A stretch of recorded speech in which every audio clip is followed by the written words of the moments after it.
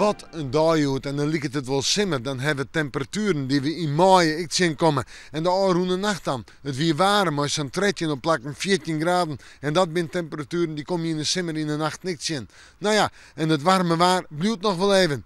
Joen en vannacht een beroende loft. En uit een trog ruim of licht ruim. Vooral in het tweede pad van de joen en in het eerste pad van de nacht.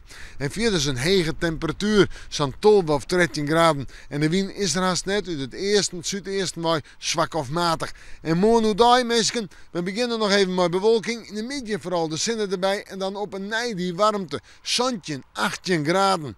En dat alles met een zwak ontmatige wind. Uit eerst tot zuideest. Letter we wat meer zuidelijk. Nee, dan kunnen we gewoon het terras opzieken. Dan kunnen we in de tuin ontwerpen. En dan is het prachtig waar voor alle sporten, boeten. Nou ja, en dan zetten we terug naar de joentijd en in de nacht.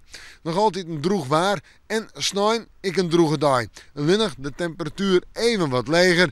Ik denk dat we snel uitkomen, zomaar bij de 14, 15 graden hinnen, misschien op plakken nog 16. Maar de zinnen is er aardig bij, er is ik wat bewolking en de wind eerst uit zuidelijke richting, maar let op het dag draait die wind naar het noordoosten en het oosten en dan wordt die matig en vrij krachtig.